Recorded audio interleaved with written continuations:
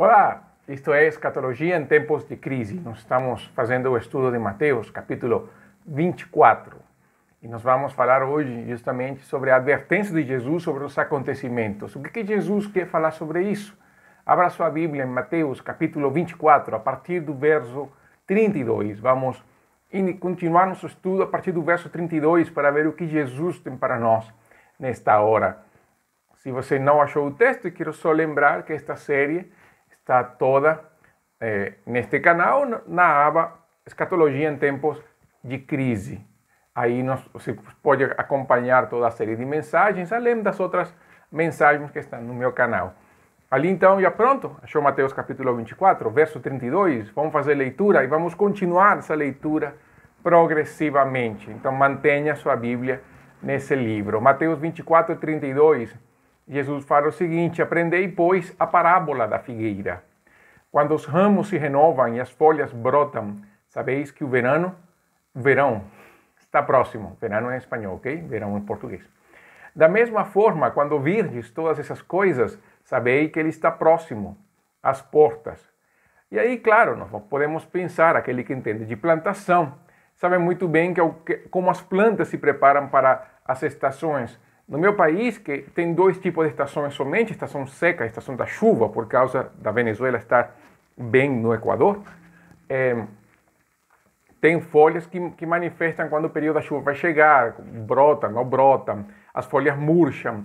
Tem até um ditado muito antigo que eu li numa novela do século XIX, um romance do século XIX, que falava que quando a folha de mandioca murcha e as formigas migram, é porque a chuva vai começar. A questão da folha da mandioca eu nunca vi. Eu nunca morei na roça, então não sei, mas eu sim vi muita migração de formigas no momento, no período antes das chuvas.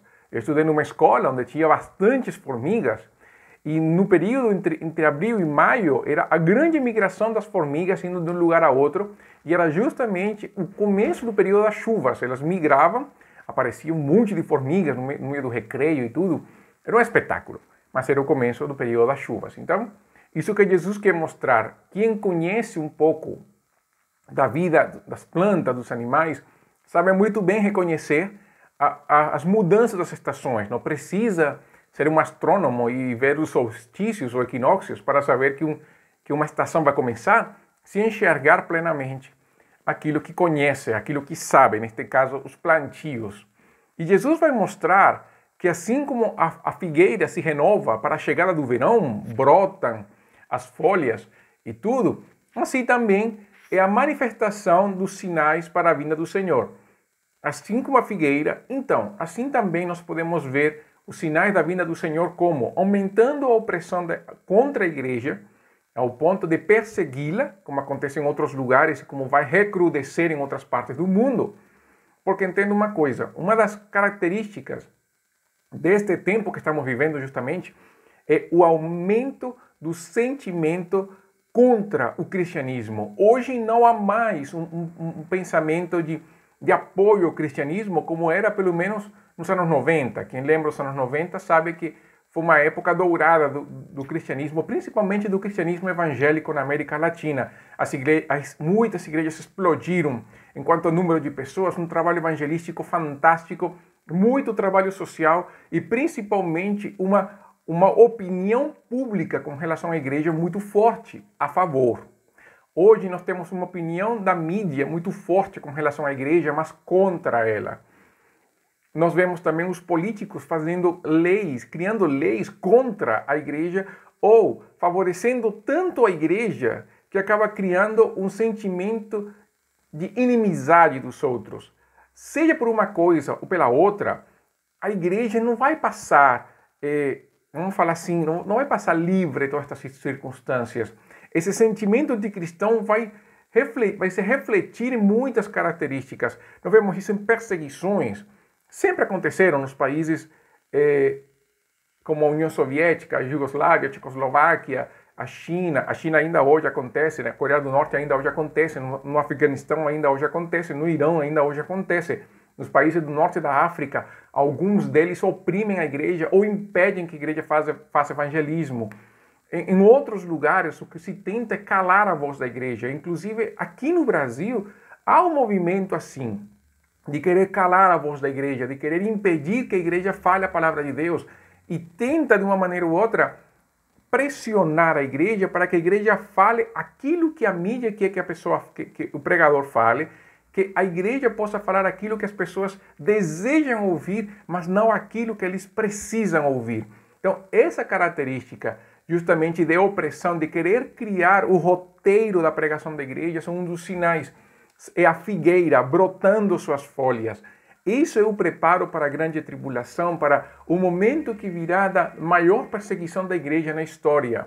Se você já pesquisou a história da igreja e viu as grandes perseguições do século II, do século III, viu as grandes perseguições que aconteceram depois da cortina de ferro, na meados do século passado, até começo deste século, mas se acompanhar até hoje, pelo menos ministérios como Portas Abertas, que coloca o ranking dos países que mais perseguem a igreja, inclusive países da América Latina que tem isso, países como Cuba, Colômbia, o México também, perseguem a igreja. Não o governo persegue. No caso do Cuba é uma situação meio que complicada, porque o governo permite e ao mesmo tempo fecha.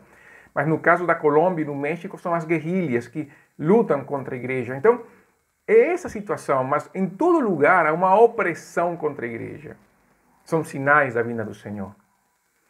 Nós podemos pensar que nós não temos isso no nosso meio, mas pense um momento, você consegue pregar com liberdade qualquer coisa, todo o desígnio de Deus, ou vê o resquício, essa inimizade das pessoas quando falamos do juízo de Deus, quando falamos da apostasia, quando falamos do pecado, do arrependimento, da vida em santidade. Como é que as pessoas reagem com isso? Como as pessoas estão reagindo? Nós estamos vivendo um momento extremamente delicado da nossa história, onde a igreja vai ter que aprender justamente a conviver num relacionamento de inimizade. Essa relação bondosa do cristianismo com o mundo que houve até poucos anos atrás, isso não vai existir mais. Então é bom a igreja aprender a conviver com a inimizade das pessoas. Então, a parábola, por outro lado, e é o ponto positivo que quero mostrar hoje, ela traz aquela ideia do renovo, de algo que será melhor, porque ela brota para o verão, ela não murcha, ela brota para o verão. A vinda do Senhor para nós é algo que vai brotar, vai trazer nova vida, mas não na vinda do Senhor, mas no momento em que os sinais acontecem. Entenda, a figueira ela começa a brotar, mostrando que o verão vai começar, não que começou. A mesma situação acontece conosco. Nós devemos, então, fazer que a vida de Deus no nosso meio, na nossa vida seja maior, se manifeste, exploda de uma forma poderosa, portentosa. Nós devemos procurar que a vida de Cristo se manifeste em nós. Este é um tempo na qual nós temos muita dificuldade em fazer isso. Por quê? Porque o momento de confinamento cria muito essa sensação de querer sobreviver a qualquer custo e nos tornarmos egoístas. Mas este é um momento em que nós devemos orar e pedir a Deus que nós possamos dar a nossa vida também para os outros, que nós possamos entregar nosso coração aos outros. Agora, veja o seguinte, Jesus fala da figueira e ele vai dar para os discípulos um sinal. Ele fala da parábola, mas vai dar um sinal para os discípulos para mostrar que as coisas vão acontecer. Eu cortei abruptamente, mas eu vou pegar um pouco mais na frente, eu não quero perder o fio da meada de Jesus. No verso 34, Jesus fala, em verdade vos digo que esta geração não passará sem que todas essas coisas aconteçam. E aqui, é claro, tem duas vertentes, duas linhas de pensamento. Uma, que o sinal era a queda de Jerusalém no ano 70. Outros vão falar que vai ser a diáspora judaica que fez o imperador Adriano, que foi posterior à queda de Jerusalém. Mas qualquer dos dois fatos aconteceu com essa geração. Eles foram partícipes, eles vivenciaram aquilo, eles foram testemunhas disso. É verdade que a maior parte dos escritos do Novo Testamento, aliás, todos, menos o Apocalipse, eles vão mais ou menos nessa data antes da queda de Jerusalém. Vamos tirar, possivelmente, as cartas de Pedro e João foram posteriores à queda de Jerusalém, mas então vamos falar assim, de um 80% das cartas ou dos livros do Novo Testamento foram antes da queda de Jerusalém e por isso não falam desse assunto, mas eles foram testemunhas. O sinal, então, a queda de Jerusalém era uma maneira para que os discípulos entendessem que os acontecimentos da grande tribulação iam acontecer. E a queda de Jerusalém serve como um tipo, serve como uma maneira de mostrar assim, olha, vê o que está acontecendo. Então se lembrem, a grande tribulação será muito pior. É uma amostra daquilo que ia acontecer, como os romanos entraram em Jerusalém, como eles destruíram a cidade, como destruíram o templo, como profanaram o templo. Tudo isso, então, é uma maneira de mostrar, vocês vão iniciar, vão ver como as coisas iniciam. Começando, então, pela queda de Jerusalém, começando também pela perseguição da igreja, porque eles também viveram a perseguição da igreja. Paulo foi morto por causa do evangelho, Pedro foi morto por causa do evangelho. Aliás, todos, menos João, o apóstolo João, a tradição coloca eles como mártires. Dos 11, contando Matias, não, como apóstolo, dos 12, 11 sofreram martírio, somente João. E João, a tradição mesmo assim coloca que ele sofreu por causa do evangelho. Aliás, quando ele escreve o Apocalipse, ele estava na ilha de Patmos, e ele não estava ali de férias. Na ilha de Patmos, ele estava preso por causa do evangelho. Então, todos eles sofreram isso como uma maneira de mostrar que a igreja sempre ia viver nesse estado de perseguição constante. E como nós falamos no primeiro vídeo, você pode até ir no primeiro vídeo post este, quando falamos do tempo do fim, os tempos do fim iniciaram com Jesus. Então, todos os acontecimentos da escatologia, na verdade, vão acompanhando a história da igreja e inicia justamente com os discípulos. Então, por isso, quando Jesus fala de que essa geração verá, justamente eles vão ser testemunhas do início, do começo das dores. O começo de dor que já tem 2000 anos. E que aos poucos nós vemos como as contrações da dor de parto vão sendo cada vez mais curtas e intensas, que quer dizer então que o parto se aproxima. E ali vamos para o verso 35 e 36. Porque o verso 35, eu gosto muito desse texto, porque ele vai falar assim: céu e terra passarão, mas as minhas palavras nunca. Jesus está mostrando a sua autoridade divina. Jesus não fala assim, diz o Senhor, como falaria Moisés, como falou Isaías, como foi Jeremias, como foi Paulo. Ele não vai falar assim, isto aqui é palavra do Senhor. Jesus está dizendo, estas são as minhas palavras. Jesus coloca então a autoridade divina naquilo que ele está falando.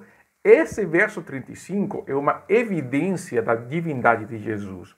E é muito interessante que esse verso 35 esteja ali, porque o verso 36 justamente vai mostrar essa dupla natureza de Jesus, que é possivelmente uma das doutrinas mais preciosas quando nós estudamos Cristo, mas infelizmente uma das menos trabalhadas pela igreja.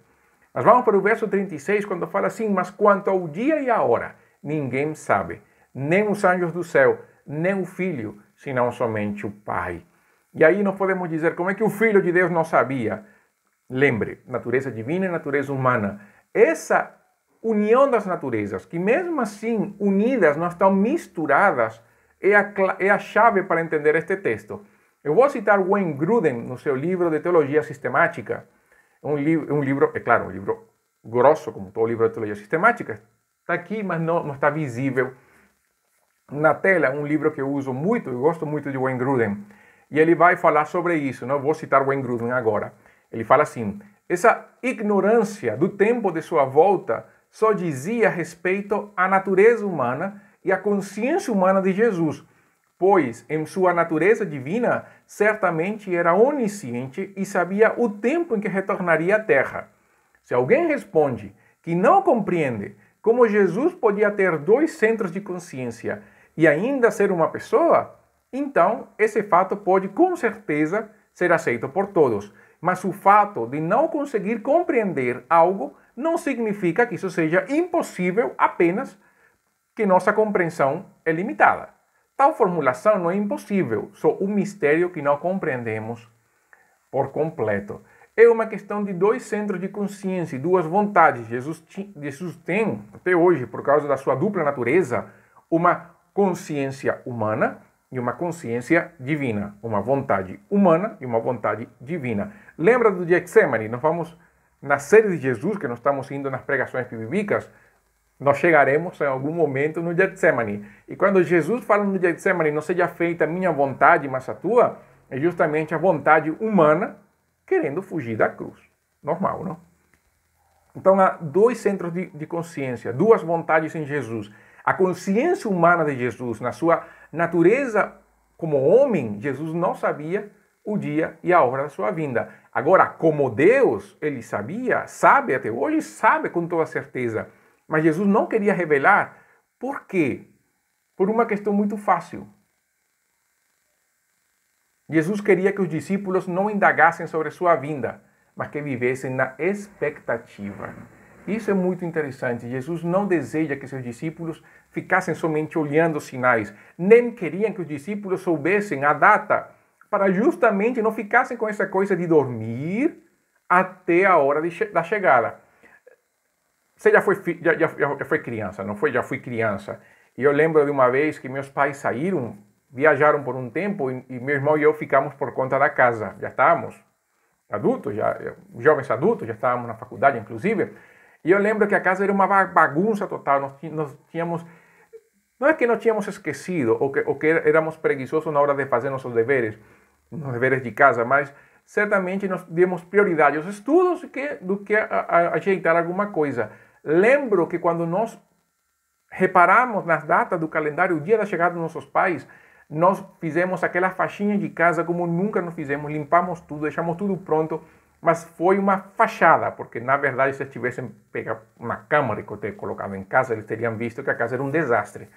Jesus queria que os discípulos evitassem esse tipo de atitude, que mantivessem sempre essa expectativa do seu iminente retorno. Mas os discípulos, como nós, insistiram em Atos capítulo 1, verso 6, Jesus já ressurreto, pronto para ascender aos céus, fazem a mesma pergunta. Senhor, é este o tempo em que restaurarás o reino para Israel? E Jesus fala, não vos compete saber os tempos ou as épocas que o Pai reservou por sua autoridade. Os discípulos foram insistentes, mas Jesus falou, não vou responder. Bem interessante de Jesus, não é? Jesus não responde a todas as perguntas. Ele não respondeu a todas as perguntas. Ele sabia que haveria um tempo para isso e que o Espírito de Deus direcionaria a igreja a toda a verdade. Então, essa indiferença do mundo perante a vinda e o juízo do Senhor também é uma característica que Jesus queria mostrar para eles. É aquela questão da diferença entre os raízes e os Nutellas, que você fala muito hoje, não? Crente raiz, crente Nutella, não sei o quê, raiz, Nutella. Jesus parece que quer mostrar isso também. No verso 37, ele vai falar, a vinda do Filho do Homem se dará à semelhança dos dias de Noé. Porque nos dias anteriores ao dilúvio, todos comiam, bebiam, casavam e davam-se em casamento, até o dia em que Noé entrou na arca e não se deram conta, até que veio o dilúvio e levou a todos. Assim também será a vinda do Filho do Homem. Há uma indiferença nas pessoas na época de Noé. As pessoas não estavam nem aí para os eventos da arca. Nós vemos hoje isso nas pessoas. Tem um carro aqui em Bicas que fala que Jesus está voltando e as pessoas zombam daquele carro. E as pessoas vivem a vida de qualquer jeito. Não querem mudar o seu jeito de viver, não querem mudar a sua essência de vida. Por quê? Porque veem os acontecimentos da vinda do Senhor como se fosse uma tardança, como se Jesus estivesse adiando o seu tempo. Pedro vai falar disso. Não é que o Senhor está adiando, sino que o Senhor é paciente para com todos, esperando que todos se arrependam.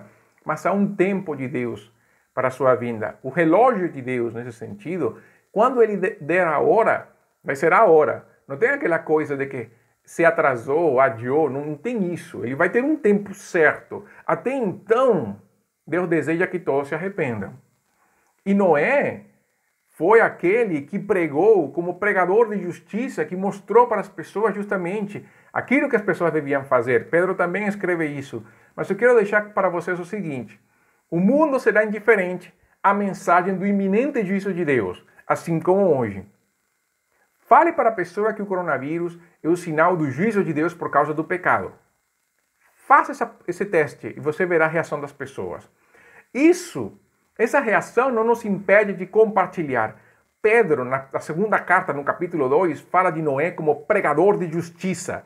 No período em que Noé construiu a arca, ele pregou, até a hora de chegar a chuva. Quando não entram na arca, a Bíblia fala que Deus fechou a porta. Deus fechando a porta. Tome sumo cuidado. Porque o dia do juízo de Deus virá. No verso 40 e 41, fala que estarão 2 homens no campo. Um será levado e outro será deixado. Estando 2 mulheres a trabalhar no moinho, uma será levada e outra deixada. Lembre do verso 39. O dilúvio levou a todos. Quem foi levado no verso 40 e 41 são aqueles que foram levados pelo juízo de Deus e não como a tradição fala. Lembre, tem que levar a sequência do texto. Levados. O tempo de Noé, os ímpios foram levados pelas águas. E o que Jesus vai dizer justamente é isso. Alguns serão levados pelo juízo de Deus. Não quer dizer que a metade da população será salva. Isso está mostrando simplesmente que acontecerá uma peneira. E ali, então, nós vemos como Deus preserva os seus escolhidos. Nós vamos falar um pouco mais disso no dia do Senhor, mas eu quero terminar mostrando que não acredite em datas. Os sinais são para os ímpios, para nós é a expectativa do Filho de Deus, da sua vinda. Seremos preservados no juízo de Deus. Mesmo que nós atravessemos o juízo de Deus, seremos preservados pela sua graça, assim como Noé e sua família foram preservados pela arca. E mantenhamos firme a nossa vocação. Próxima semana seguimos com mais, vamos para o verso 42, mas por enquanto é só isso. Então vamos orar para encerrar este tempo e se mantenha na expectativa da escatologia em tempos de crise. Senhor, muito obrigado nesta noite. Obrigado pela tua graça, Deus. Obrigado pela tua presença em nossas vidas. Nos ajuda a perseverar até o fim e manter no Senhor a nossa confiança. Em Cristo Jesus. Amém. Que Deus te abençoe. Isto foi Escatologia em tempos de crise.